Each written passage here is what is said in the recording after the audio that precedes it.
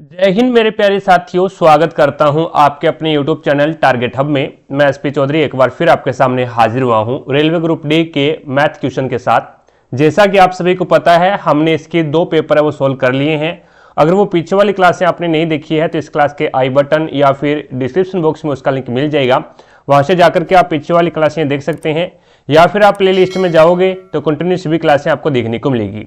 चलिए शुरू करते हैं आज का सेशन। और आज अपने इस क्लास में 17 अगस्त 2022 को तीसरी पारी में जो पेपर हुआ था उसमें जितने भी मैथ्स के क्वेश्चन पूछे गए हैं उन सभी का इस क्लास में सॉल्यूशन करने वाले हैं, तो बने रहेगा हमारे साथ। जिसने भी चैनल को सब्सक्राइब नहीं किया है तो सबसे पहले आप चैनल को सब्सक्राइब कीजिएगा, पास में लगे बेल आइकन को जरूर दबाइएगा ताकि अपन जैसे ही नेक्स्ट वीडियो डालें तो उसका नोटिफिकेशन सबसे पहले आपके पास पहुंचे और आप तुरंत उसका लाभ उठा सको। रही बात पीडीएफ की, तो क्लासों की पीडीएफ और प्रीवियस ईयर के पेपर की पीडीएफ है वो आपको टारगेट हब एप्लीकेशन पे मिल जाएगा भाई। और टारगेट हब एप्लीकेशन का लिंक डिस्क्रिप्शन बॉक्स में दे रखा है, तो वहां से जाकर के आप एप्लीकेशन को डाउनलोड कीजिएगा और प्रत्येक क्लास की पीडीएफ और प्रीवियस ईयर के पेपर की पीडीएफ है वो आपको टारगेट हब एप्लीकेशन पे ही मिलेगी। रही बात टेस्ट सीरीज की, तो यहाँ पे हमने ग्रुप डी के लिए 2 तरह की टेस्ट सीरीज शुरू कर रखी है। भी एक आपको स्पेशल साइंस की टेस्ट सीरीज देखने को मिलेगी जिसके अंदर आपको 1000+ क्वेश्चन दिए जाएंगे, जो कि सारे के सारे क्वेश्चन है वो प्रीवियस ईयर के रहेंगे। और एक हमने कंप्लीट ग्रुप डी की टेस्ट सीरीज शुरू कर रखी है जिसके अंदर आपको प्रत्येक टेस्ट के अंदर 100 क्वेश्चन देखने को मिलेगी और प्रत्येक टेस्ट है वो एक प्रीवियस ईयर का पेपर रहेगा। तो अपनी तैयारी को बेहतर बनाने के लिए आप आज से टेस्ट सीरीज ज्वाइन कर सकते हैं भी। चलिए शुरू करते हैं आज का सेशन। और पहला क्वेश्चन देखो भी आपके सामने है इस प्रकार से। अब इस क्वेश्चन के अंदर आपको बोला गया भी द्विघात समीकरण 4x² + 7x - 21 = 0 के मूलों का योग क्या होगा, ये आपको बताना है। तो इस क्वेश्चन के अंदर एक तो मूलों का योग पूछता है आपको और एक यहां पे मूलों का गुणनफल भी पूछता है। तो मूलों का योग का फॉर्मूला होता है अल्फा प्लस में बीटा। ये 2 मूल है अल्फा और बीटा, और इनका आपको योग करना है। तो ये फॉर्मूला आ जाएगा आपके पास में मूलों का योग यानी -b/a, ये इसका फॉर्मूला होता है। और मूलों का गुणनफल का फॉर्मूला होता है अल्फा.बीटा बराबर होता है c/a। तो यहां पे आपको योग पूछा है तो b का मान कितना है, ये a है, यहां पे ये b है और ये c है। तो यहां पे b कितना है 7 है, तो -7 अपॉन में a कितना है 4 है। तो यहां पे -7/4 आ जाएगा, जो कि राइट आंसर कौन सा हो जाएगा आपका 3 नंबर ऑप्शन है वो बिल्कुल राइट आंसर हो जाएगा। आगे देखो भी नेक्स्ट आपके सामने है अगला क्वेश्चन। अब इसका मान आपको ज्ञात करना है भी, मान ज्ञात करना है। तो इसके अंदर क्या करना पड़ेगा आपको, जितने अंकों के ऊपर बार है ना उतने अंक है, जितने अंकों के ऊपर बार है उतने ही नीचे 9 लगाने भी। तो यहां पे हो जाएगा आपके पास 16, और 16 में से यानी एक अंक के ऊपर बार है तो एक 9 लगा दो, और उसके बाद में जिसके ऊपर बार नहीं है उसका 0 लगाना है भी, और जिसके ऊपर बार नहीं है वो इसमें से माइनस करना है भी। यानी यहां पे एक के ऊपर बार नहीं है तो एक माइनस कर दो, प्लस में 15 और अपॉन में यहां पे 5 के ऊपर बार है तो एक 9 लगा दिया, और उसके बाद में एक अंक के ऊपर बार नहीं है तो उसका 0 लगा दिया और -1 करना है। और यहां पे माइनस ये आ जाएगा आपके पास 13, और अपॉन में जितने अंकों के ऊपर बार है उतने नीचे 9 लगा दो, और जिसके ऊपर बार नहीं है वो उसका आपको 0 लगाना है, और जिसके ऊपर बार नहीं है वो इसमें से माइनस होगा भी। तो 16 में से एक गया तो 15/90 आ गया, और प्लस में यहां पे 14/90 आ गया भी, और यहां पे आ गया माइनस का 12/90। तो इसके अंदर है वो आपका 90, तो क्या आ गया भी एलसीएम आ गया। अब ये आ गया 15 और 14 कितने हो गए भी 29 माइनस में 12, तो यहां पे कितना बचेगा आपके पास में, ये हो जाएगा 7 और एक 17/90, कितना आएगा भी 17/90 आएगा, जो कि आपका राइट आंसर क्या हो जाएगा 2 नंबर ऑप्शन है वो बिल्कुल राइट आंसर हो जाएगा भाई। आगे देखो भी नेक्स्ट आपके सामने है अगला क्वेश्चन। अगला क्वेश्चन देखिएगा। अब इसके अंदर आपको बोला गया है भी 6 वर्ष पूर्व एक पिता की आयु उसकी पुत्री की तत्कालीन आयु की 6 गुनी है। तो मैंने पुत्री की आयु और ये है पिता की आयु, तो पुत्री की आयु मैंने मान ली 1 है, तो पिता की आयु है वो पुत्री की 6 गुनी है। तो इसका जो रेशियो बन के आया 6:1 आ गया अभी, ठीक है। ये क्या है 6 वर्ष पहले की है, 6 वर्ष पहले की है, और 3 वर्ष बाद पिता की आयु उसकी पुत्री की आयु की 3 गुनी है। तो 3 वर्ष के बाद में पिता की आयु है वो पुत्री की आयु की 3 गुनी है, तो पुत्री की आयु में 1 मान लेता हूं, तो पिता की आयु है वो 3 हो जाएगी। अब प्रश्न के अनुसार तो उनका टोटल जो गैप है वो 9 साल का है भी, ये 6 वर्ष पहले की है और ये 3 वर्ष पहले की है, यानी टोटल 9 वर्ष का है। लेकिन यहां पे देखो भी इनके अंदर 0 का गैप और यहां पे देखें तो 3 का गैप है, तो ये गैप आपको सही करना पड़ेगा। यानी हमारे पास में जो अनुपात आया है वो सही नहीं है भी, तो अनुपात को सही करने के लिए नीचे वाला जो अनुपात है उनका अंतर देखो भी कितने का है, 2 का है। ऊपर वाला अनुपात देखो भी कितने का है अंतर, तो 5 का अंतर है। तो ऊपर वाले अनुपात से जो ऊपर वाले अनुपात का अंतर है उसको तो नीचे वाले अनुपात को गुणा कर दो, और नीचे वाले अनुपात का जो अंतर है उस अंतर से ऊपर वाले अनुपात को गुणा कर दो, तो ये हो जाएगा आपके पास में पिता और यहां पे आ जाएगा पुत्री। तो यहां से 2 से मल्टीप्लाई करोगे 6 2 12 और 2 एकम 2, 5 से मल्टीप्लाई करोगे 3 5 15 और ये हो जाएगा 5 एकम 5। तो यहां पे अपने पास में ये तो 6 साल पहले का है और ये 3 साल बाद का अनुपात है। तो हमारे अनुसार अंतर देख लो भी दोनों में सेम है, इसमें देखो अंतर 3 का है, यहां पे देखो अंतर कितना है 3 का है। तो हमारे अनुसार तो टोटल 3 साल का अंतर है, लेकिन प्रश्न के अनुसार ये 6 साल का पहले का और ये 3 साल बाद का, यानी टोटल 9 साल का अंतर है।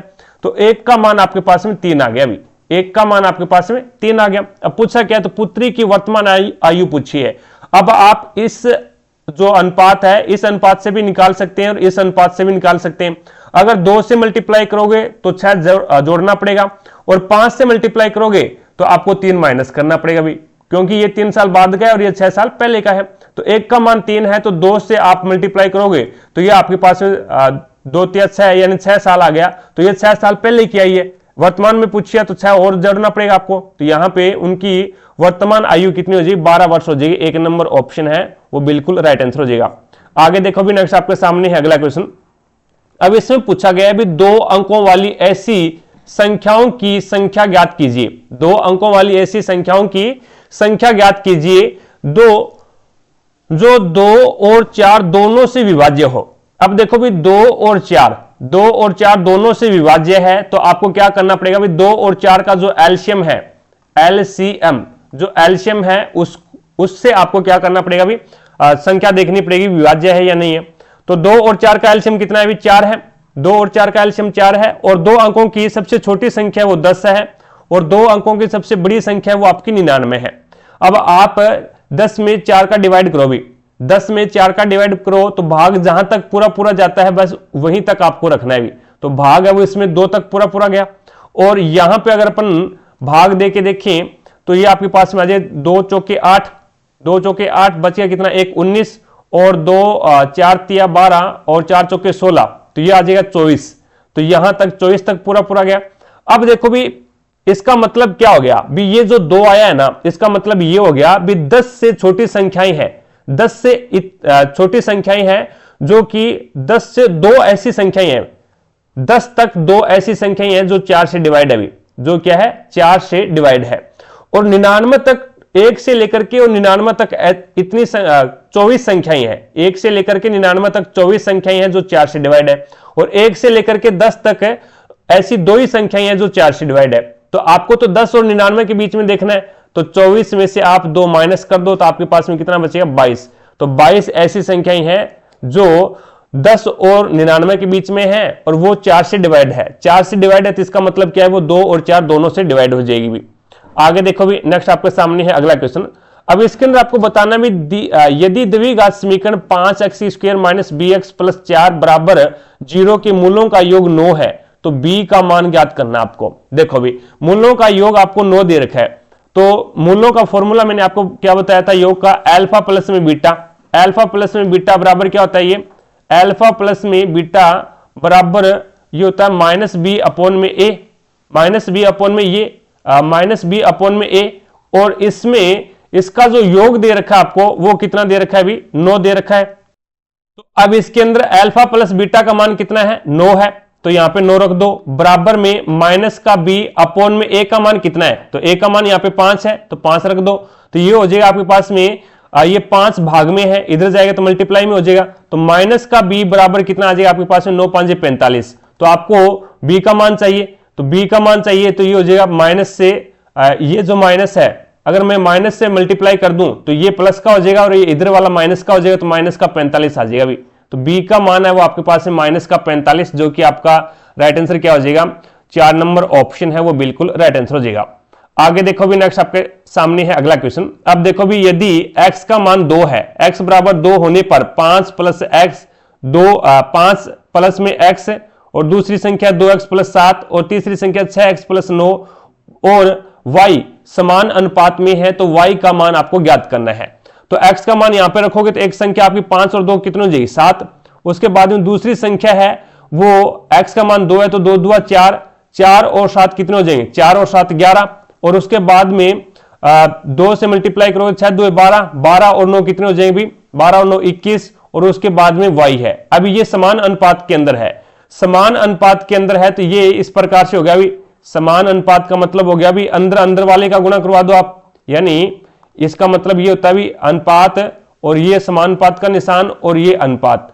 तो यहां पे समान अनुपात के अंदर है तो अंदर अंदर वाले का गुणा करवा दो और बाहर बाहर वाले का गुणा करवा दो। तो ये हो जाएगा 7y बराबर में 11 इंटू 21। तो आपको तो चाहिए y का मान, तो y बराबर क्या हो जाएगा तो 11 इंटू 21 अपॉन में 7, तो 7 एकम 7, 7 या 21, 11 तिया 33। तो यहाँ पे y का मान कितना आ जाएगा 33, जो कि राइट आंसर क्या हो जाएगा 2 नंबर ऑप्शन है वो बिल्कुल राइट आंसर हो जाएगा। आगे देखो भी नेक्स्ट आपके सामने है अगला क्वेश्चन। अब इसने बोला भी एक साड़ी को 11 दिन में, एक साड़ी को 11 दिनों में, ए है वो एक साड़ी को 11 दिनों में, बी है वो उसे 20 दिनों में और सी है वो उसे 55 दिनों में पेंट कर सकता है। यदि वे स्वतंत्र रूप से काम करे, यदि कार्य पूरा होने तक प्रत्येक विषम संख्या वाले दिन पर बी द्वारा ए की सहायता की जाती है और प्रत्येक सम संख्या वाले दिन सी द्वारा ए की सहायता प्रदान की जाती है, तो कार्य कुल कितने दिनों में पूरा होगा ये आपको बताना है। देखो भी ये ए है, ये बी है और ये सी है। पहले अपन इसकी क्षमता निकाल लेते हैं। ए 11 दिनों के अंदर कार्य करता है, बी है वो 20 दिनों में और सी है वो 55 दिनों में करता है। तो इसके अंदर है वो आपको देखना है 55 कितना 11 इंटू 5 55 होता है और 20 होता है वो आपके पास में हो जाएगा 5 इंटू 4। तो यहां पे 55 को 4 से मल्टीप्लाई करोगे तो 4 5 20 और 4 5 20 और 2 22। तो यहाँ पे आपके पास में एलसीएम आ गया 220। 11 से मल्टीप्लाई करोगे तो ये आपके पास में हो जाएगा 11 2 22 तो 20 और उसके बाद में 2 से मल्टीप्लाई करो 0 0 और ये हो जाएगा 11 2 22 और उसके बाद में ये 55 से मल्टीप्लाई करोगे तो ये 4 आ जाएगा अभी। तो इसके अंदर आपके पास में ए है वो एक दिन के अंदर 20 कार्य करता है, बी है वो 11 कार्य करता है और सी है वो 4 कार्य करता है। चीजें समझ में आ गई। अब देखो भी ए तो कार्य करता ही रहेगा, लेकिन जो सम दिन आएंगे, सम संख्या आएगी तो उसमें सी है वो हेल्प करेगा ए की, और विषम दिन वाले विषम संख्या आएगी तो उस दिन है वो बी है वो ए की हेल्प करेगा भी। तो एक दिन पहला दिन यानी विषम संख्या है तो ए प्लस बी कार्य करेंगे और दूसरा दिन आएगा तो ए प्लस सी कार्य करेंगे। फिर तीसरा दिन आएगा तो यहां पे ए प्लस बी द्वारा कार्य करेंगे। तो अपने को 2 ही दिन तक देखना है भी, ठीक है। अब देखो यहां पे 20 और 11 है वो पहले दिन, ये टोटल 31 कार्य करेंगे भी। फिर 20 और 4 24, दूसरे दिन है वो 24 कार्य होगा। तो 2 दिनों के अंदर कार्य कितना हो जाएगा 2 दिनों के अंदर कार्य है वो आपके पास में 4 और 1 5 और ये हो जाएगा 5 यानी 55 कार्य होगा भी। 2 दिनों के अंदर 55 कार्य होगा। तो अगर मैं 55 को 4 से मल्टीप्लाई कर दूं, 55 को 4 से मल्टीप्लाई कर दूं तो 55 चौका 220 और उसके बाद में हमने क्या है काम को 4 से मल्टीप्लाई किया तो यहां पे भी 4 से मल्टीप्लाई करेंगे तो 220 तो कार्य हो गया और यहां पे 4 2 8 तो 8 दिन के अंदर है वो 220 कार्य हो जाएगा। आपको पूछा क्या है यही पूछा है भी कार्य कितने दिन में पूरा हो जाएगा, तो 8 दिन में, जो कि आपका 2 नंबर ऑप्शन है वो बिल्कुल राइट आंसर हो जाएगा। आगे देखो भी नेक्स्ट आपके सामने है अगला क्वेश्चन। अब इसके अंदर आपको बताना है भी वेंकट ने एक पुराना स्कूटर खरीदा, इसकी मरम्मत पर क्रय मूल्य के 10% के बराबर राशि खर्च की। उसने स्कूटर को 2200 रुपए के लाभ पर बेच दिया। यदि उसे 20% का लाभ हुआ तो उसने मरम्मत पर कितना खर्च किया ये आपको बताना है। देखो भी 20% है, इसको फ्रैक्शन में चेंज कर लो, 1/5 होता है। अब ये नीचे वाला है ये तो आपका सीपी है, ऊपर वाला है अगर लाभ हो रहा है तो लाभ को दर्शाएगा और लॉस हो रहा है तो लॉस को दर्शाएगा। तो यहां पे प्रॉफिट हो रहा है तो प्रॉफिट को दर्शाएगा। तो कहने का मतलब 5 रुपए क्रय मूल्य, 1 रुपए का लाभ हो गया तो बेचेगा कितने में, विक्रय मूल्य कितना हो गया 6 रुपए हो गया। अब यहां पे आपको 1 का जो मान है लाभ हमारे अनुसार तो 1% का 1 रुपए का हुआ है, लेकिन ये बोल रहा है 2200 रुपए का हुआ है। तो 1 का मान अपने पास में कितना आ गया 2200 रुपए आ गया। आपको यहां पे क्रय मूल्य ज्ञात करना है, क्रय मूल्य ज्ञात कर लो। तो 5 का मान कितना आ जाएगा, तो 5 यानी हमारे अनुसार क्रय मूल्य 5 रुपए है, तो 5 का मान है वो अपने पास में 11,000 रुपए आ जाएगा। अब देखो भी इसने पूछा ये है भी उसने मरम्मत पर कितना खर्च किया ये पूछा है। ये आपके पास में भी जैसे देखो आप बाजार से ये मान लो भी बाजार से 2 किलो सब्जी लेके आए, ठीक है, 2 केजी है वो सब्जी लेके आए और उस पे आपने दुकानदार को ये मान लो भी 20 रुपए दे दिए और आप जब घर पे आए तो आपका भी 10 रुपए किराया लग गया, 10 रुपए है वो किराया लग गया। अब ये सब्जी आपकी कितने में घर पहुंची है, तो 20 रुपए आपने दुकानदार को दिए, 10 रुपए आपका किराया लग गया, तो टोटल 30 रुपए हो गए। वही सिचुएशन यहां पे है, जो अपने पास में 11,000 रुपए जो ये क्रय मूल्य निकल के आया है, ये क्रय मूल्य हमारे पास में ये 10% का जो खर्च कर दिया ना इसने, वो निकल के वो जुड़ने के बाद में निकल के आया है। अब पहले जब स्टार्टिंग में उसने स्कूटर खरीदा था उस समय क्रय मूल्य कितना था वो आपको देखना है। तो यहां पे उस समय अपन मान लेते हैं भी हमारे पास में उस समय क्रय मूल्य है वो कितना था भी X रुपए था, ठीक है। पहले जब हमने स्कूटर खरीदा तो उस समय हमारा क्रय मूल्य X रुपए था और उसकी मरम्मत पर क्रय मूल्य के 10% के बराबर खर्च कर दिया भी, उसकी मरम्मत पर क्रय मूल्य के 10% के बराबर खर्च कर दिया। तो इसका मतलब भी जो क्रय मूल्य था उसका 10% निकाला और फिर वो उसके अंदर जोड़ दिया। तो इसका मतलब क्या हो गया भी यहां पे ये क्या है 110 रुपए, 110%, ठीक है। 10% के बराबर खर्च किया था उसने, 10%, तो 10% बराबर खर्च किया था वो क्रय मूल्य में जुड़ेगा।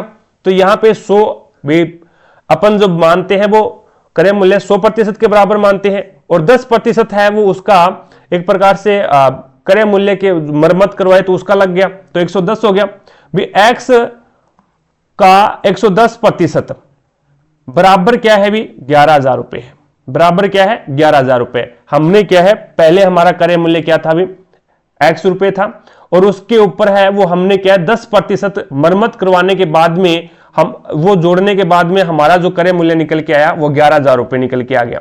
अब X बराबर क्या हो जाएगा, तो X बराबर हमारे पास में हो जाएगा 11,000 रुपए इंटू 100 और आपको मान क्या 110 इसके भाग में आ जाएगा, ये गुणा में है तो इधर आएगा भाग में हो जाएगा। तो 110 से 110 कैंसिल हो गया, ये आपके पास में कितना बच गया 100। तो X का मान आपके पास में कितना आ गया 10,000 रुपए, X का मान है वो 10,000 रुपए आ गया।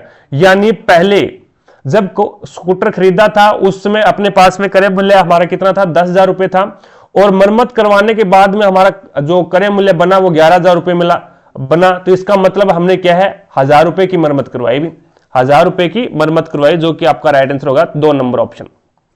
आगे देखो भी नेक्स्ट आपके सामने है, राम की आयु 55 वर्ष है और शाम और सोम की आयु 25 वर्ष है। राम की आयु 55 वर्ष है और सोम की आयु 25 वर्ष है।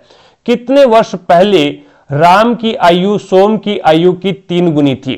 तो ये राम है, ये राम है और ये आपका सोम है भी, ठीक है। और इनकी आयु है वो कितनी है 55 वर्ष है और इनकी आयु कितनी है 25 वर्ष है।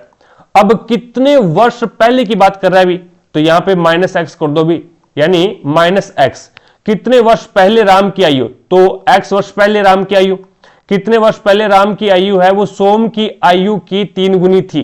तो सोम की आयु की 3 गुनी थी तो 1/3 कर दो, कोई दिक्कत नहीं, 3 गुनी थी तो इसका मतलब 1/3 हो जाएगा भी। अब या फिर आप इस प्रकार से समानुपात नहीं बनाना चाहते तो इस प्रकार से कर लो भी आप, जैसे हमने इसकी राम और श्याम की आयु है, सोम की आयु, राम की आयु आपको 55 दे रखी है और यहां पे ये सोम की आयु 25 दे रखी है और हमने इसने बोला भी कितने वर्ष पहले राम की आयु सोम की आयु की 3 गुनी थी। तो हमने मान लिया भी x वर्ष पहले है वो राम की जो आयु है वो सोम की आयु की 3 गुनी थी। तो सोम की आयु की 3 गुनी थी तो मैं सोम की आयु को ही 3 गुना कर दूं तो ये बराबर हो जाएगा भी, कोई दिक्कत नहीं है। अब देखो भी 25 या 75 और यहां पे माइनस का 3x और ये आपके पास में कितना आएगा भी, ये हो जाएगा 55 और माइनस का x। अब ये 3x है माइनस का है, इधर आएगा तो ये प्लस का हो जाएगा, तो ये आपके पास में कितना बचेगा x बचेगा। और ये 55 है, ये प्लस का है, दूसरी साइड में जाएगा तो ये माइनस का हो जाएगा, तो ये आपके पास में 20 आ जाएगा। तो x का मान आपके पास में कितना आ गया 10 और x आपने माना क्या था b वर्ष माना था भी इतने वर्ष पहले, तो ये हो जाएगा आपके पास में 10 वर्ष पहले है वो उनकी आयु है, यानी 10 वर्ष पहले उनकी राम की आयु है वो श्याम की आयु की 3 गुनी थी भी। तो यहां पे आपका राइट आंसर क्या हो जाएगा, 3 नंबर ऑप्शन है वो बिल्कुल राइट आंसर हो जाएगा। अब इसके अंदर देखो अभी यहां पे इसने बोला गया भी भौतिक विज्ञान, रसायन विज्ञान और जीव विज्ञान में उत्तीर्ण होने वाले लड़कियों की क्रमशः अनुपात कितना है। तो यहां पे ये फिजिक्स हो जाएगा और ये केमिस्ट्री है और ये बायोलॉजी है, और इसमें गर्ल्स का बताना है। तो 135 अनुपात 195 अनुपात 165 ये हो जाएगा। अब 5 से कट रहा है, ये 5 से कट रहा है तो ये हो जाएगा आपके पास में 5 2 10 3 और 5 7 35। उसके बाद में 5 3 15 ये हो जाएगा 5 3 15 5 3 15 बच गया कितना 45, 5 9 45 और उसके बाद में 5 3 15 1 5 3 15। उसके बाद में फिर ये 3 से कट रहा है, 3 से कट रहा है तो ये हो जाएगा आपका 9 और ये आ जाएगा आपके पास में 13 3 39 और ये आ जाएगा 11। तो आपके पास में कितना आ जाएगा अभी 9 13 11 आ जाएगा भाई, 9 13 11 जो कि आपका पहला ही ऑप्शन है वो बिल्कुल राइट आंसर हो जाएगा। आगे देखो भी नेक्स्ट आपके सामने है अगला क्वेश्चन। अब इसके अंदर आपको बताना है भी 18.5 centimetre into 12.5 centimetre into 10 centimetre विमा वाले एक घनाभ के सभी तरफ से पेंट किया जाना है, तो पेंट किए जाने वाले भाग का क्षेत्रफल आपको ज्ञात करना है। तो घनाभ का कुल पृष्ठीय क्षेत्रफल आपको यहां पे ज्ञात करना है भी, घनाभ का कुल पृष्ठीय क्षेत्रफल आपको ज्ञात करना है। तो टोटल सरफेस एरिया है वो कितना हो जाएगा घनाभ का कुल, तो इसका फॉर्मूला होता है 2 LB प्लस में BH प्लस में LH, ये फॉर्मूला होता है। L यानी लंबाई, B यानी चौड़ाई, और ये हो जाए लंबाई गुणा चौड़ाई प्लस में चौड़ाई गुणा ऊंचाई प्लस में और ऊंचाई गुणा लंबाई। अब यहां पे मल्टीप्लाई कर दो भी 2 और ये हो जाएगा 18.5 इंटू 12.5 और प्लस में 12.5 इंटू 10 और प्लस में 10 इंटू और ये हो जाएगा आपके पास में 18.5। अब इसका मल्टीप्लाई कर दो भी आप 18.5 का 12.5 के साथ में मल्टीप्लाई करोगे तो मान कितना आएगा भी आपके पास में 18.5 इंटू 12.5, तो ये मान आपके पास में आ जाएगा 231। कितना आएगा भाई 231.25 और प्लस में यहां पे इसका मल्टीप्लाई करवाओगे तो ये आपके पास में 125 आ जाएगा और फिर प्लस में ये आ जाएगा आपके पास में 185। अब इसमें जोड़ दो भी और 2 से मल्टीप्लाई कर दो, तो जोड़ोगे तो आपके पास में प्लस 125 प्लस आपके पास में 185, तो इसका योग आ गया कितना 541.25 और इसको क्या करना है 2 से मल्टीप्लाई करना है। 2 से मल्टीप्लाई करवाओगे तो आपके पास में मान आ जाएगा 1082.5 1082.5 और आपने सेंटीमीटर में दे रखा है तो सेंटीमीटर स्क्वायर आ जाएगा अभी। तो ये हो जाएगा आपके पास में 3 नंबर जो ऑप्शन है वो बिल्कुल राइट आंसर हो जाएगा। आगे देखो भी नेक्स्ट आपके सामने है अगला क्वेश्चन। अब इसके अंदर आपको बताना है भी प्रत्येक 14 सेंटीमीटर लंबी भुजा वाले एक समबाहु त्रिभुज का क्षेत्रफल आपको ज्ञात करना है। तो समबाहु त्रिभुज का क्षेत्रफल क्या होता है भी, तो समबाहु त्रिभुज का क्षेत्रफल होता है √3/4 भुजा स्क्वायर, √3/4 भुजा स्क्वायर, ये समबाहु त्रिभुज का क्षेत्रफल होता है भी। ठीक है, फॉर्मूला होता है क्षेत्रफल ज्ञात करने का। तो √3/4 इंटू यहां पे 14 इंटू भुजा कितनी है 14 है, 14 इंटू 14, तो यहां से आप 2 से काटोगे तो ये 7 बार कट गया और ये 7 बार कट जाएगा भी। ठीक है, 2 2 4 और 7 2 14, तो 7 का 7 से मल्टीप्लाई करवाओगे तो 49 √3 आ जाएगा भी। तो इसका क्षेत्रफल है वो 49 √3 सेंटीमीटर स्क्वायर आ जाएगा, जो कि आपका राइट आंसर क्या होगा 3 नंबर ऑप्शन है वो बिल्कुल राइट आंसर हो जाएगा। आगे देखो भी नेक्स्ट आपके सामने है, एक आपकी जानकारी के लिए मैं बता दूं, अगर किसी भी दोस्त को बायोलॉजी, केमिस्ट्री और फिजिक्स इन तीनों सब्जेक्टों के अगर आपको नोट्स चाहिए तो नोट्स है वो मेरे द्वारा बनाए गए एनसीईआरटी बेस्ड नोट्स आपको मिलेंगे, जो कि टारगेट हब एप्लीकेशन के ऊपर मिलेंगे भी। और टारगेट हब एप्लीकेशन का लिंक डिस्क्रिप्शन बॉक्स में दे रखा है, तो वहां से जाकर के आप टारगेट हब एप्लीकेशन को डाउनलोड कीजिएगा। और इसके अंदर है वो एक नोट्स का फोल्डर बना हुआ है भी, उसके ऊपर कंप्लीट तीनों सब्जेक्टों के नोट्स है वो अपलोड कर रखे हैं। तो आप अच्छे तरीके से जाकर के वहां पे उनको डाउनलोड कीजिएगा और इनकी जेरॉक्स कॉपी निकलवाइएगा भी। और आपसे दावा करता हूं मैं इस चीज का, अगर आप कंप्लीट इन नोट्सों को रीड कर लेते हैं अच्छे तरीके से, बायोलॉजी के, केमिस्ट्री के और फिजिक्स के तीनों नोट्सों को अच्छे तरीके से रीड कर लेते हैं, तो आप रेलवे ग्रुप डी के अंदर साइंस के अंदर 20 प्लस क्वेश्चन है वो सही करके आओगे भी, कोई नहीं रोक सकता आपको। 20 प्लस क्वेश्चन है वो सही करने से कोई नहीं रोक सकता, लेकिन शर्त ये है भी आपको बढ़िया तरीके से इनको पढ़ना पड़ेगा भी, ठीक है। और एएलपी के अंदर, एएलपी 2024 के अंदर जो पेपर हुआ था उसमें जितने भी साइंस के क्वेश्चन पूछे गए थे सारे के सारे अपने ही नोट से आए थे भी, एक भी क्वेश्चन बाहर नहीं गया। तो बढ़िया तरीके से डाउनलोड कीजिएगा, फोटोकॉपी निकलवाइएगा और उसके बाद में बढ़िया तरीके से रीड कीजिएगा भी। अब ये क्वेश्चन देखो भी, इस क्वेश्चन में आपको दिया गया भी दो संख्याओं का जो महत्तम समावर्त है यानी HCF है वो आपको 7 दे रखा है और लघुत्तम समावर्त है वो 434 दे रखा है। तो इसमें से एक संख्या 14 है तो दूसरी संख्या आपको बतानी है। इसका फॉर्मूला क्या होता है? फॉर्मूला आता है पहली संख्या इंटू दूसरी संख्या। पहली संख्या इंटू दूसरी संख्या बराबर क्या होता है भी? LCM इंटू HCF, ये होता है भी, ठीक है। तो यहां पे LCM दे रखा है आपको 434 इंटू HCF दे रखा है 7। पहली संख्या दे रखी है आपको 14, तो दूसरी संख्या मान लो आप x, कोई दिक्कत नहीं। तो x का मान ज्ञात करना, तो ये हो जाएगा 434 इंटू 7 अपॉन में 14, 7 एकम 7, 7 2 14, 2 एकम 2, 2 2 4, 2 एकम 2 और 2 7 14, तो यहाँ पे 217 आ जाएगा, जो कि आपका राइट आंसर क्या हो जाएगा? 3 नंबर ऑप्शन है वो बिल्कुल राइट आंसर हो जाएगा। आगे देखो भी, नेक्स्ट आपके सामने है। अब इसने बोला भी एक दुकानदार किसी पुस्तक को 14% की हानि पर बेचता है, यदि वह विक्रय मूल्य में 100 रुपए की वृद्धि हो जाती है तो उसे 6% का लाभ प्राप्त होता है।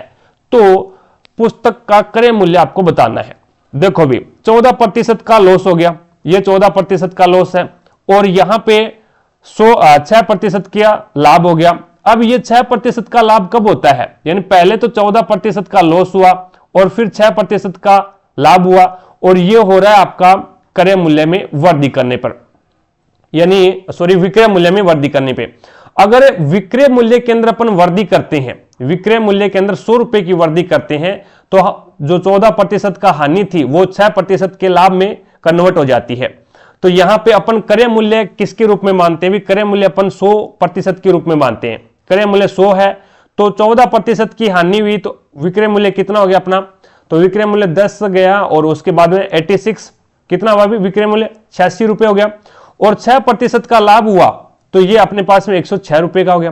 तो कहने का मतलब इनका जो अंतर दे रखा है हमें वो 100 रुपए दे रखा है भी। इनका जो अंतर दे रखा है वो हमें कितना दे रखा है? 100 रुपए। ये जो अंतर यानी विक्रय मूल्य में 100 रुपए की वृद्धि हो गई तब जाकर के 6% की लाभ हुआ। तो इनका हमारे अनुसार अंतर कितना है? हमारे अनुसार तो 20 रुपए का अंतर है भी, हमारे अनुसार तो 20 रुपए का अंतर है, लेकिन प्रश्न में दे रखा है भी हमारे अनुसार तो विक्रय मूल्य के अंदर 20 रुपए की वृद्धि हुई है, लेकिन यहां पे दे रखा है 100 रुपए की। तो 20 रुपए बराबर क्या हो गया? 100 रुपए। तो एक बराबर आपके पास में 5 आ गया। एक का मान 5 आ गया। आपको क्या है? क्रय मूल्य ज्ञात करना। क्रय मूल्य है क्या? 100% के बराबर, तो 500 रुपए आ जाएगा। तो इसका क्रय मूल्य कितना हो जाएगा? 500 रुपए, जो कि 1 नंबर ऑप्शन है वो बिल्कुल राइट आंसर हो जाएगा। आगे देखो भी, नेक्स्ट आपके सामने है। अब इसके अंदर आपको 2x + y का मान ज्ञात करना है। सबसे पहले आपको x का मान ज्ञात करना पड़ेगा। x का मान ज्ञात करना पड़ेगा। अब याद रखना, कोई भी दो समांतर रेखाएं हैं, कोई भी दो समांतर रेखाएं हैं तो उनके अंतःकोणों का जो योग है वो कितना होता है भी? तो वो आपका 180 डिग्री के बराबर होता है। तो यहां पे जो इनके दो समांतर रेखाओं के बीच में बनने वाला कोण का योग कितना होता है? 180 डिग्री होता है। तो इस कोण का मान और इस कोण का मान कितना होता है? 180 डिग्री के बराबर है। लेकिन दूसरा कोण तो आपको दे रखा है 105 डिग्री है, तो ये कितना बच गया? 75 डिग्री बच गया। 180 में से 105 जाएगा तो 75 डिग्री बच जाएगा। अब ये देखो भी, ये जो कोण है ना आपका, ये कोण और ये कोण दोनों क्या है भी? बराबर है। दोनों क्या है? बराबर है, क्योंकि ये संगत कोण है भी। ये क्या है? संगत कोण है। तो संगत कोण, ये जो कोण है वो इसके बराबर होगा और ये जो नीचे वाला जो कोण है वो इस बाहर वाले के बराबर होगा। तो ये 60 डिग्री का है तो ये भी 60 डिग्री का होगा भी, ये भी 60 का होगा। और एक सरल रेखा के ऊपर कितने डिग्री का कोण बनता है? तो 180 डिग्री का बनता है। तो ये पूरा है वो 180 डिग्री का बनेगा भी। तो 60 का ये बन गया, तो इधर वाला है वो 120 डिग्री का रह गया। अब y का मान कितना आ गया? 120 डिग्री और x का मान आ गया 75। तो आपको 2x + y बताना है। 2x यानी 75 का दुगुना 150 प्लस में y कितना आपके पास में 120 है, तो ये आपके पास में कितना हो जाएगा 270 डिग्री। तो यहां पे आपके पास में मान कितना आ जाएगा 270, जो कि एक नंबर ऑप्शन है वो बिल्कुल राइट आंसर हो जाएगा। आगे देखो भी नेक्स्ट आपके सामने है अगला क्वेश्चन। अब इसके अंदर आपको बताना है भी एक व्यक्ति ने 75,000 रुपए की धनराशि 7.2% वार्षिक साधारण ब्याज की दर पर 6 वर्ष के लिए निवेश की गई। 6 वर्ष बाद उसे प्राप्त होने वाला मिश्र धन आपको ज्ञात करना है। अब मिश्र धन क्या होता है? मूलधन प्लस में ब्याज होता है। अब यहां पे 75,000 रुपए की अपने पास में राशि है, ठीक है, और इसको साधारण ब्याज के ऊपर निवेश किया जाता है और कितनी दर पे? 7 से 1/2। 7 से 1/2 को फ्रैक्शन में चेंज करूंगा तो 7 2 14 और 1 15, 15/2, तो ये जो 15 और अपॉन में 2 है वो नीचे आ जाएगा भी, और इनटू समय कितना 6 वर्ष है और परसेंट है तो उसका आ जाएगा आपके पास में 100। तो 0 से 2 0 कैंसिल, 2 से 3 बार कट गया, और 750 को आप मल्टीप्लाई करोगे 15 × 45 से, तो ये आपके पास में इसका जो ब्याज निकल के आएगा वो 33,750 रुपए आ गया। अब आपको तो मिश्र धन पूछा है ना, तो आप इसके अंदर क्या ऐड करोगे? आपका मूलधन है वो भी आप ऐड करोगे इसके अंदर, तो 75,000 है वो इसके अंदर आप ऐड कर दो। 75,000 ऐड करोगे तो ये हो जाएगा आपके पास में 1,08,750 रुपए, 1,08,750 रुपए, जो कि आपका राइट आंसर देख लो भी कौन सा हो जाएगा, पहला ही ऑप्शन है वो बिल्कुल राइट आंसर हो जाएगा। आगे देखो भी नेक्स्ट आपके सामने है अगला क्वेश्चन। अब इसने बोला भी x और y एक कार्य को 8 दिन में और 12 दिन में पूरा कर सकते हैं। वे वैकल्पिक यानी एक दिन छोड़कर के एक दोनों कार्य करते हैं, जिनमें x पहले दिन कार्य करता है, तो दोनों को उस कार्य को पूरा करने में कितना समय लगेगा? ये x है और ये y है, ये 8 दिन है और ये 12 दिन है। x है वो कोई कार्य वो 8 दिन में करता है और y है वो उसी कार्य को 12 दिन में कर देगा। 24 अपना एल्शियम आ गया, 8 या 24 और 12 2 24, तो कहने का मतलब a है वो एक दिन, x है वो एक दिन में 3 कार्य करता है और y है वो एक दिन के अंदर 2 कार्य करता है। तो यहां पे वैकल्पिक दिन यानी पहले दिन है वो x कार्य करता है तो 3 कार्य हो गया, दूसरे दिन है वो फिर y कार्य करता है, तीसरे दिन फिर x कार्य करता है। तो इस प्रकार से टोटल 2 दिनों के अंदर वो 5 कार्य होगा।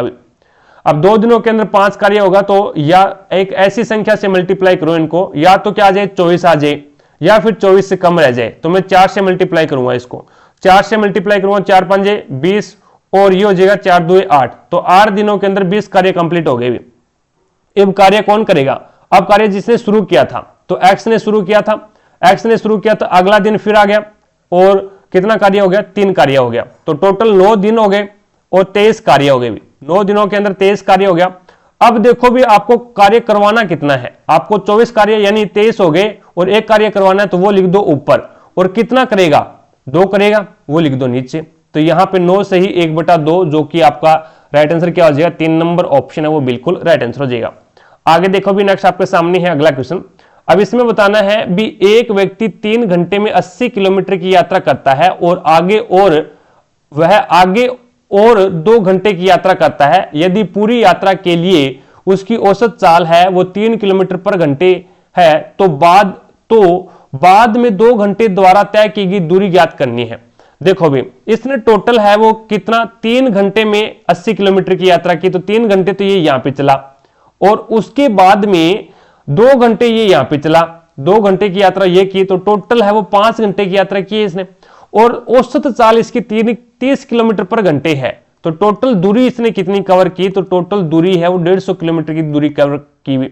और यहां पे अपन बात करें तो ये आपके पास में देखो भी टोटल 150 किलोमीटर की दूरी तय की है और 3 घंटे में इसने क्या है 80 किलोमीटर की यात्रा की है। तो इसने बोला भी बाद में 2 घंटों में तय की गई दूरी आपको बताना है। तो इसमें से 3 घंटों में इसने 80 किलोमीटर की दूरी तय की थी, तो बाद में बच गया 70 किलोमीटर। तो ये 70 किलोमीटर है वो उसने क्या है उन 2 घंटों के अंदर कवर किया है। तो यहां पे आपका राइट आंसर क्या होगा? 3 नंबर ऑप्शन। आगे देखो भी नेक्स्ट आपके सामने है। अब इसके अंदर आपको बताना भी दी गई जो आकृति है उसमें जो आपका एंगल ABC बराबर है ABC, यानी ये जो एंगल है, ये जो आपका एंगल है वो किस एंगल के बराबर है? ABD के, यानी इसके बराबर है।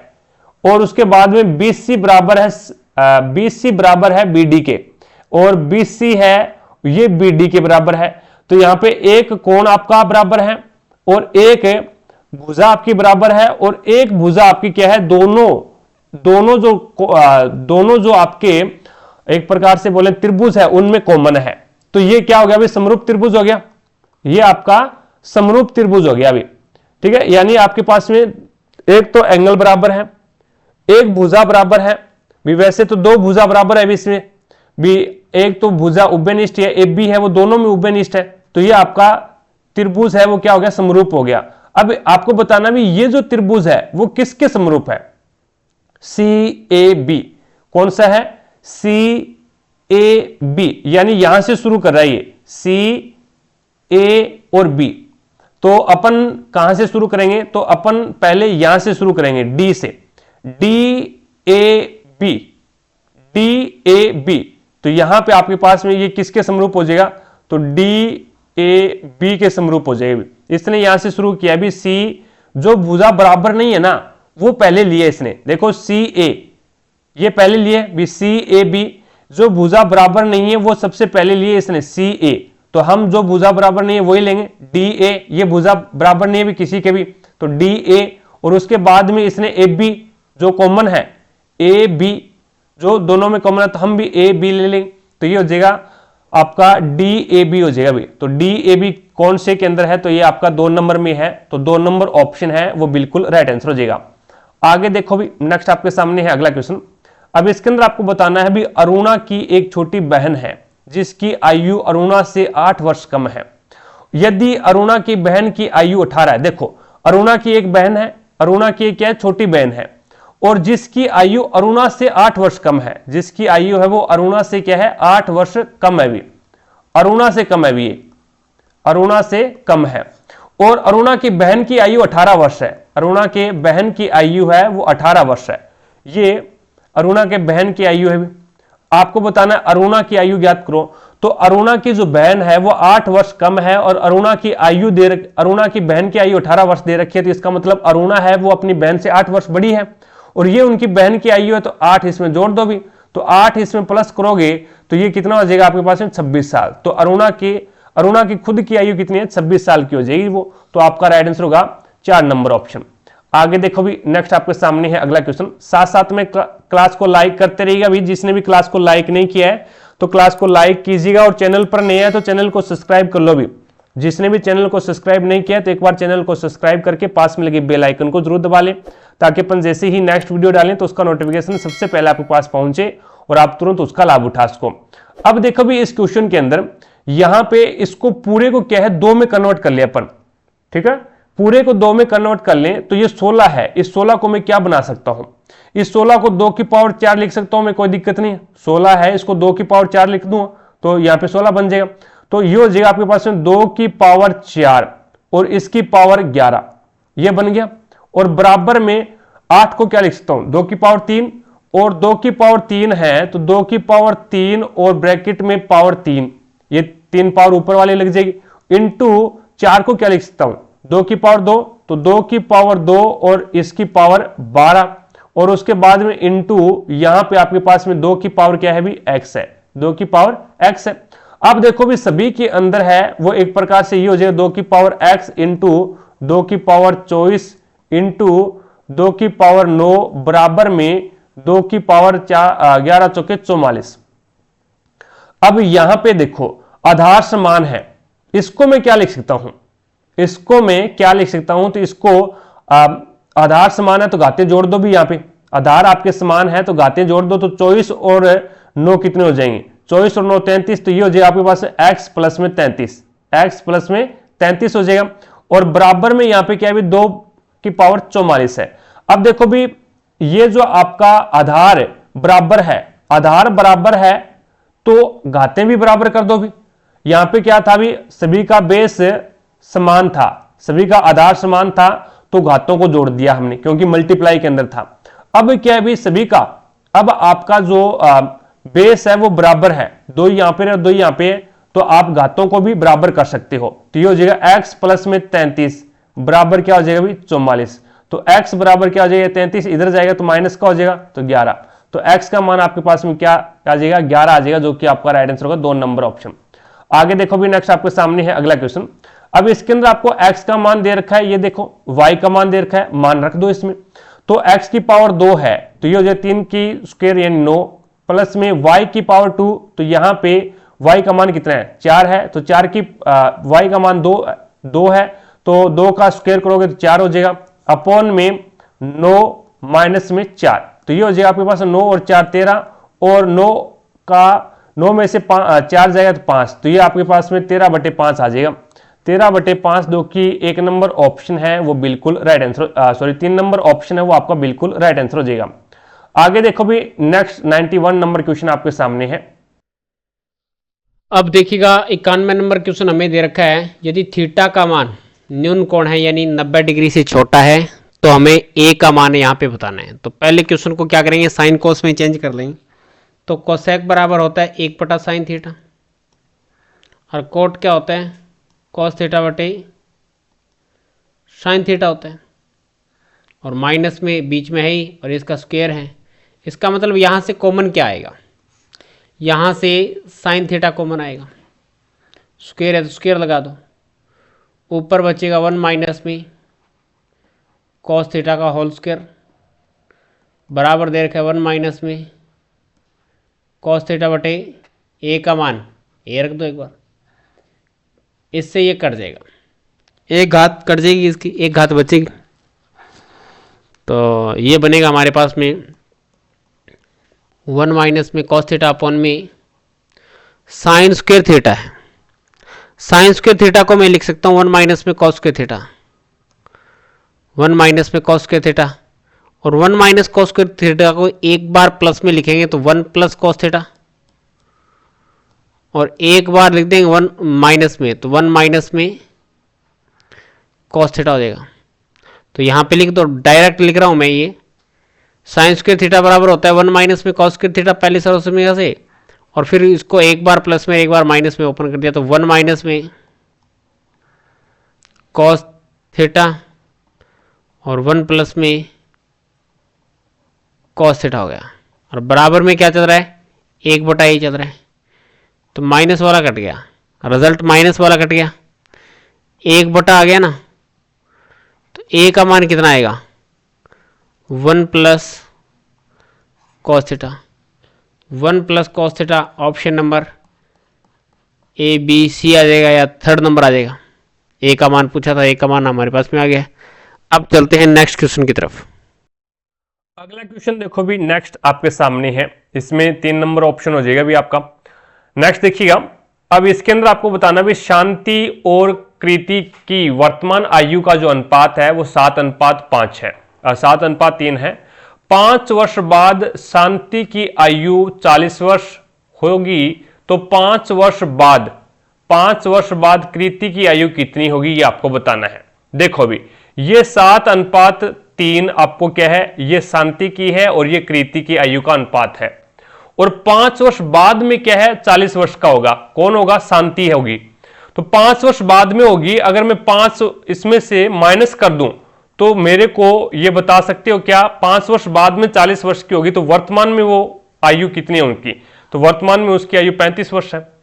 शांति 5 वर्ष बाद में 40 वर्ष की होगी, तो 5 मैंने इसमें से माइनस कर दिया, तो इसका मतलब वर्तमान में शांति की आयु कितनी है, 35 है। तो वर्तमान में शांति का जो अनुपात है आयु का वो कितना है भी, 7 है, तो 7 की वैल्यू 35 है, तो इसका मतलब क्या है, 5 से मल्टीप्लाई कर रहा है, तो इसको भी 5 से मल्टीप्लाई कर दो, इसको भी 5 से मल्टीप्लाई करोगे तो ये आपके पास में वर्तमान आयु है वो कृति की 15 हो गई भी। 5 वर्ष बाद कृति की आयु पूछी है, तो इसमें 5 है वो आप प्लस कर दो, तो कितना हो जाएगा, 20 वर्ष। तो आपका राइट आंसर क्या हो जाएगा, ये 1 नंबर ऑप्शन है वो बिल्कुल राइट आंसर हो जाएगा। आगे देखो भी नेक्स्ट आपके सामने है अगला क्वेश्चन।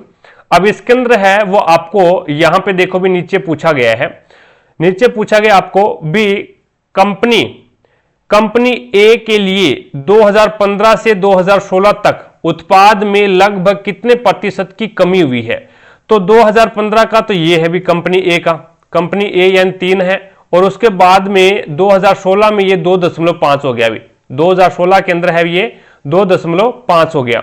तो कितने की कमी आई है, अभी पहले 3 था, पहले है वो 3 था और अब 2.5 है, तो इसका मतलब कितने की कमी आ गई, तो ये आपकी 0.5 की कमी आ गई भी, 0.5 की कमी आ गई।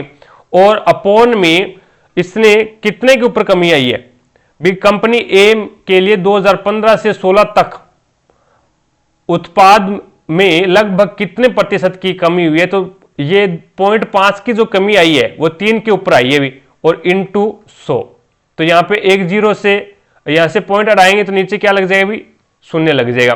1 0 से 1 0 कैंसिल, तो ये आ जाएगा आपके पास है 50/3, और 50/3 को अपन क्या लिख सकते हैं, तो ये हो जाएगा आपके पास में 50/3, यानी इसको लिख सकते हैं 3 2 6, तो ज्यादा हो जाएगा भी, 3 2 6 तो आपके पास में ज्यादा हो जाएगा, तो ये हो जाएगा 3 एकम 3, ठीक है, बच गया कितना 2 20 और 3 छिक्की 18 और 2/3, तो ये हो जाएगा 16 से ही 2/3% की क्या आ जाएगी, इसके अंदर आपकी कमी आ जाएगी भी, 16 से ही 2/3% की। अब इसके अंदर आपका जो आंसर निकल के आएगा वो 16 से ही 2/3% की क्या आ जाएगी, इसके अंदर कमी हो जाएगी। तो यहाँ पे आपका जो आंसर माना गया है वो माना गया है 20, आपको क्या निकालना है, लगभग में निकालना है भी, और यहाँ पे लगभग में आपका इसका अगर यहाँ पे 3 मान है, ये 3 मान दे रखा है इसने, ये देखो यहाँ पे, और ये यहाँ पे 2.5 है, ठीक है, ये 2.5 है, तो इसकी जो कमी होगी वो 16 से ही 2/3% की ही होगी भी, तो ये लगभग है वो 15 के करीबन है। लेकिन इसने यहाँ पे ये जो माना है वो आगे की ओर माना है भी, जैसे अपने पास में 16 से ही 2/3 है, अब आपको पीछे नहीं आपको आगे चलना है, तो आगे चलना है तो 16 के फिर करीबन आगे है कौन, तो 20% है, तभी इसने 20% किया है, नहीं तो ये 16 से 2/3 है वो 15 के करीबन है भी, लगभग में आपको मान निकालना है, तो ठीक है। आगे देखो भी, नेक्स्ट आपके सामने है, एक व्यक्ति 100 मिनट तक 20 मीटर प्रति मिनट की चाल से चलता है, तो 100 मिनट तक चलता है और प्रत्येक मिनट है वो 20 मीटर चलता है, तो यहाँ पे 100 मिनट के अंदर है वो कितना चल जाएगा, 2000 मीटर चलेगा भी।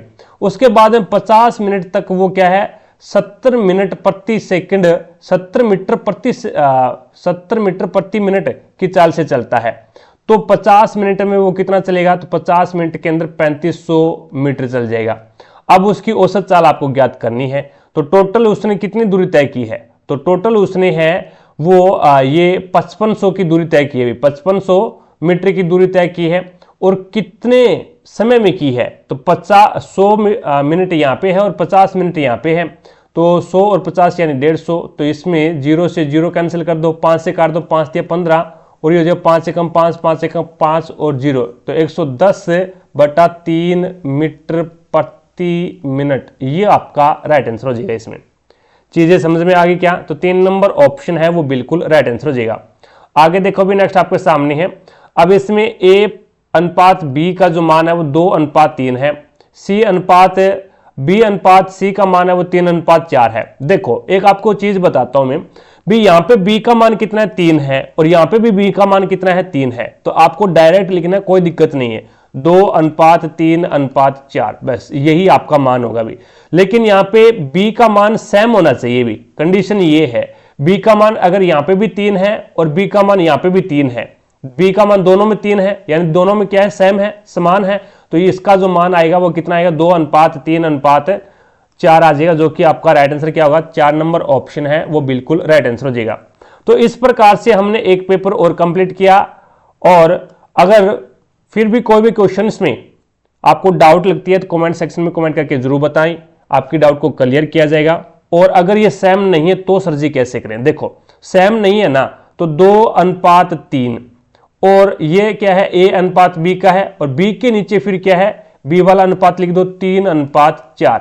अब इस प्रकार से गुणा करवा दो, 4 का 3 के साथ में, 3 का 3 के साथ में, और 3 का 6 के साथ में, तो 4 का 3 के साथ में करवाओगे तो 12, 3 का 3 के साथ में करोगे 9, और 3 का 2 के साथ में करोगे 6, तो ये आ जाएगा आपके पास 6:3:9:12। अब इसको और सरल कर लो, सरल करोगे तो 3 दूआ 6 और 3 तिया 9 और 3 चौके 12, तो ये आपके पास में क्या आ जाएगा, 2:3:4 आ जाएगा।